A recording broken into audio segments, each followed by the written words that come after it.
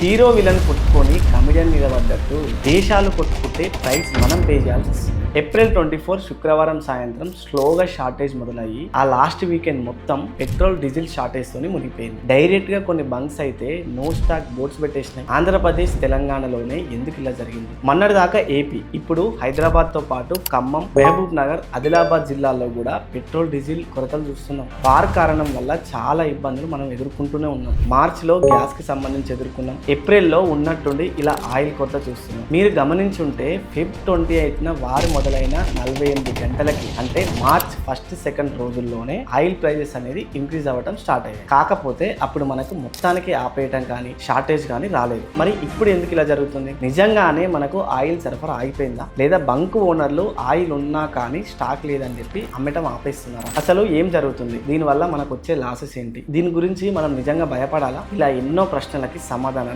ఈ వీడియోలో మనం క్లియర్గా తెలుసుకుందాం. హలో అండి, welcome to my stocks Telugu. Friends, ఈ వీడియోని మనం 2 పార్ట్స్గా తెలుసుకుందాం. దాంట్లో నెంబర్ 1, రాష్ట్రం పరంగా ఎందుకు ఇలా జరుగుతుందని. ఇంకోటి, దేశం పరంగా అసలు ఏం జరుగుతుంది. ముందు దేశం పరంగా చూద్దాం. భారతదేశం ఎనర్జీ కన్జ్యూమింగ్ లో ప్రపంచంలోనే 3rd ప్లేస్ లో ఉంది.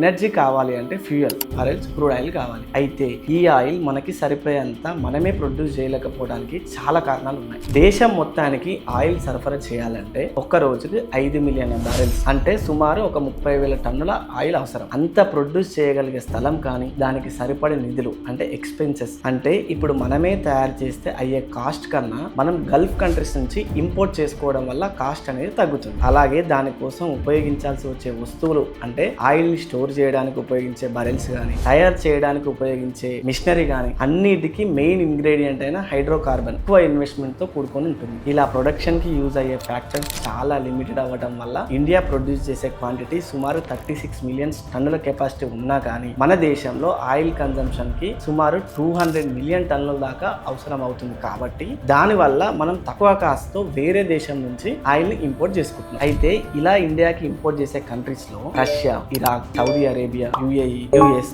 ఇలా మొత్తం 15 దేశాల నుంచి ఆయిల్ ని మన ఇండియాకి ఇంపోర్ట్ చేస్తున్నాయి. ఇప్పుడు ఈ ఇరాన్, అమెరికా, ఇజ్రాయెల్ వార్ వల్ల ఆయిల్ సరఫరాలో 2 ఇబ్బందులు ఎదుర్కోవాల్సి వస్తుంది. దాంట్లో నెంబర్ 1, ఆయిల్ వచ్చే దారి స్ట్రెయిట్ ఆఫ్ హార్మోజ్ అనేది గల్ఫ్ కంట్రీస్ మధ్యలో ఉన్న సముద్రం నుంచి వస్తుంది. ఇప్పుడు ఈ వార్ వల్ల ఆ దారి నుంచి రావడం ఆపేశారు. దాని వల్ల ప్రపంచం మొత్తం ఆయిల్ కొరతతో 20% దెబ్బతింటే అందులో భారతదేశం మాత్రం 60% దెబ్బతింది. దీనికి రీజన్ ఏంటి అంటే ఆ స్ట్రెయిట్ ఆఫ్ హార్మోజ్ అనే దారి ఉందో దాని మీద డిపెండ్ అవ్వడం వల్ల ఈ ఇబ్బందులన్నీ మనం ఎదుర్కోవాల్సి వస్తుంది.